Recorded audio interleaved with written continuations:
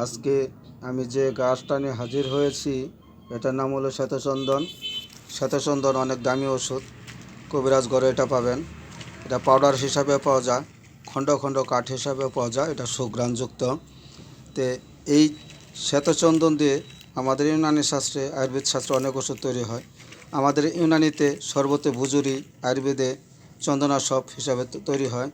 এবং এটা হাব্বে নিশার যে সূত্র আছে সেক্সুয়াল ট্যাবলেট, সেটার মধ্যে চন্দন কাঠ ব্যবহার করা হয়। এই চন্দন খুব দামি প্রোডাক্ট। এই চন্দন শারীরিক দুর্বলতা নাশক, স্নায়বিক দুর্বলতা নাশক এবং যাদের হার্ট দুর্বল, বুক ধড়ফড় করে তাদের জন্য সুন্দর কাজ করবে। মহিলাদের সাদা স্রাবের কাজ করবে।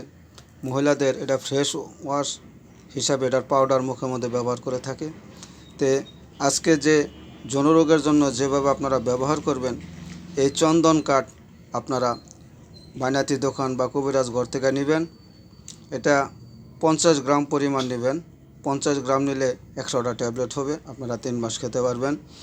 এই চন্দন কাঠ কবিরাজ ঘর থেকে আপনারা এরকম নিতে পারেন বা পাউডার নিতে পারেন। যদি এরকম নেন, এই খণ্ড খণ্ড টুকরা নেন, তাহলে ছোটো ছোটো টুকরা করে শিলপাটা, হামানদিস্তা বা ব্লেন্ডারে আপনারা চূর্ণ করবেন। চূর্ণ করে চূর্ণটার সাথে পরিমাণ মতো ঘি দিয়া মেখে নেবেন।